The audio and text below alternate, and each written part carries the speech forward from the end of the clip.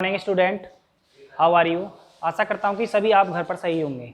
जैसा कि मैं आपको कल पढ़ा रहा था समास कि समास होता क्या है, उससे पहले मैंने आपको संज्ञा सर्वनाम विशेषण में आपको पढ़ा चुका हूँ और समास के कल में कुछ भेद आपको मैं पढ़ा रहा था, जिसमें मैंने पढ़ाया अवयवी भाव समास। पहले आपको ये बताया कि समास होता क्या है और उसमें आपको मैंने पढ़ाया था अवयवी भाव समास। तो अवयवी समास में क्या था कि इसका जो पहला पद है यानी पूर्व पद या जो प्रधान होता है और प्रधान होने के साथ साथ वो अवयवी होता है। क्या होता है? अवयव होता है। और जो बाकी समस्त पद है वो क्रिया विशेषण का कार्य करता है। ये मैंने आपको कल बताया था। इसका जो दूसरा भाग है वो मैं आपको पढ़ाने वाला हूं, वो है आपका कर्मधारय समास। कौन सा है? कर्मधारय समास।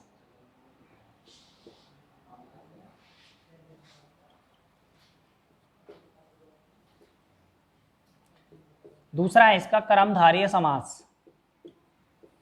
कर्मधारय समास होता क्या है? इसका जो पूर्व पद है यानी जो पहला पद है वो एक विशेषण का कार्य करता है। किसका कार्य करता है? विशेषण का। विशेषण मैं आपको पहले पढ़ा चुका हूं कि जो शब्द संज्ञा और सर्वनाम की विशेषता बताते हैं उसे हम विशेषण कहते हैं। क्या कहते हैं? उसे विशेषण कहते हैं। तो इसमें से जो पहला पद है कर्मधारय समास में, जो पहला पद है वो एक विशेषण का काम करता है और जो बाकी है वो हमारा विशेष्य का काम करता है। अब कर्मधारय समास में जैसे चंद्रमुख, इसका मैं एक एग्जाम्पल ले लेता हूं। जैसे चंद्रमुख, तो चंद्रमुख में क्या है? चंद्रमा के समान मुख। चंद्रमा के समान,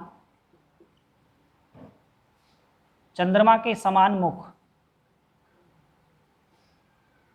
ठीक है, तो इसमें मैंने अभी आपको बताया कि इसका जो पहला पद होगा वो विशेषण होगा। क्या होगा? विशेषण होगा। और जो बाद वाला उत्तर पद है वो हमेशा विशेष्य होगा।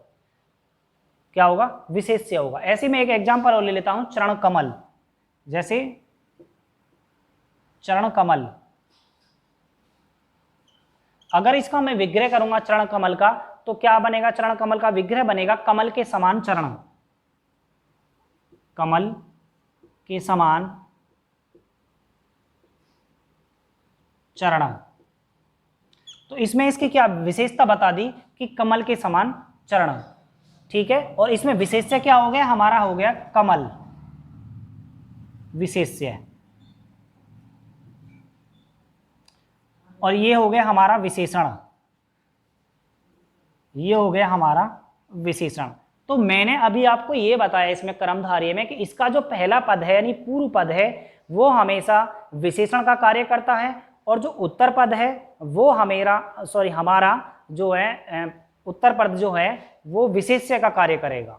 ये होता है हमारा कर्मधारय समास। और भी कोई एग्जाम्पल आप लेना चाहो, जैसे नरसिंह है, कमल नयन है। कमल नयन का अगर विग्रह करूं तो कमल के समान नयन, ये बनेगा। और श्वेतांबर है, और भी बहुत सारे ऐसे एग्जाम्पल हैं आपके। ठीक है, जैसे प्रधानाचार्य है, तो प्रधान है जो आचार्य, प्रधान है जो आचार्य। तो इसमें विशेषण क्या हुआ? प्रधान हो गया, और विशेष से क्या हुए? आचार्य हो गए। इसका विग्रह करेंगे इस तरीके से।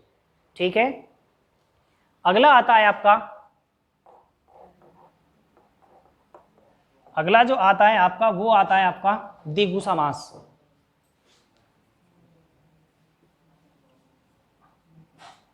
द्विगु समास।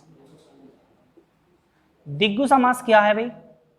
द्विगु समास में जिस समास में पूर्व पद, ध्यान से सुने इसको, कि जिस समास में पूर्व पद यानी जो पहला पद होगा वो हमेशा संख्यावाची होगा, यानी सबसे पहले संख्या आ जाएगी। इसका जो पहला पद है वो संख्यावाची होगा। और जो समस्त पद है, समस्त पद जो है वो पूरा समस्त पद बोध का ज्ञान बोध का कार्य करता है। किसका कार्य करता है? समस्त पद समूह का बोध कराता है, यानी पूरे समूह का बोध कराएगा। जैसे मैंने लिखा यहां पर त्रिभुज, त्रिभुज, तो त्रिभुज का अगर विग्रह करूंगा तो क्या बनेगा? क्या बनेगा? तीन भुजाओं का समूह, तीन भुजाओं का समूह। ऐसे अगर मैं लिखूं चौराहा, चौराहा, तो चौराहा बनेगा अगर इसका विग्रह करूंगा तो चार रास्तों का समूह। अभी मैंने आपको एक बात बताई इसमें द्विगु समास में कि इसका जो पहला पद होगा, पूर्व पद होगा, वो हमेशा संख्यावाची होगा, और जो समस्त पद होगा वो पूरे समूह का बोध कराएगा, पूरे समूह का बोध कराएगा। अब देखो इसमें अगर मैं त्रि की बात करूं, त्रि मीन्स होता है 3 और भुज मीन्स होता है हमारा भुजा। ऐसी चौराहा में चौ मीन्स 4 और राह मीन्स रास्ता, तो 4 रास्तों का समूह हो गया किसे विग्रह करने पर। तो इसमें मैं क्या देखता हूं, इसमें सबसे पहले मैं देखता हूं कि मेरा जो सबसे पहले पद आया वो आया मेरा संख्यावाची, और द्विगु समास में मैंने आपको यही अभी बात बताई है, ठीक है। और बहुत से ऐसे उदाहरण है जिसको आप ले सकते हो, जैसे नवग्रह और दुराहा, 2 रास्तों का समूह, ठीक है। तो इस तरीके का एग्जाम्पल आप इसमें देख सकते हो। अगला जो आता है हमारा,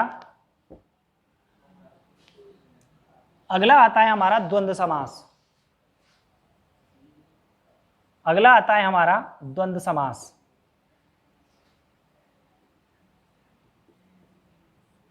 द्वंद्व समास क्या होता है? द्वंद्व समास को ध्यान से सुने। इसमें जो दोनों पद होते हैं, पूर्व पद और उत्तर पद, ये दोनों ही प्रधान होते हैं अपने आप में। इसके जो दोनों पद हैं, पूर्व पद यानी पहला पद और जो बाद वाला पद है, वो हमेशा दोनों ही क्या होते हैं, दोनों ही प्रधान होते हैं। जैसे एग्जाम्पल में ले लेता हूं, जैसे माता पिता, माता पिता, अगर इसका विग्रह करूं मैं तो क्या बनेगा, माता, माता और पिता। एक और एग्जाम्पल ले लेता हूं, रात दिन, रात दिन, रात दिन का विग्रह करेंगे तो रात और दिन। दाल रोटी, दाल और रोटी। तो इस तरीके के एग्जाम्पल हम इसमें ले सकते हैं। दूसरा मैं दोबारा से बता रहा हूं इसका, कि इसके दोनों जो पद होते हैं वो हमेशा प्रधान होते हैं, दोनों पद प्रधान होंगे इसके, ठीक है। तो आज के लिए इतना ही अध्ययन करेंगे। कल हम इसका बहुव्रीहि समास पढ़ने वाले हैं, जो कि बहुत ही महत्वपूर्ण है, जिसे हम समास का राजा भी कहते हैं। Thank you.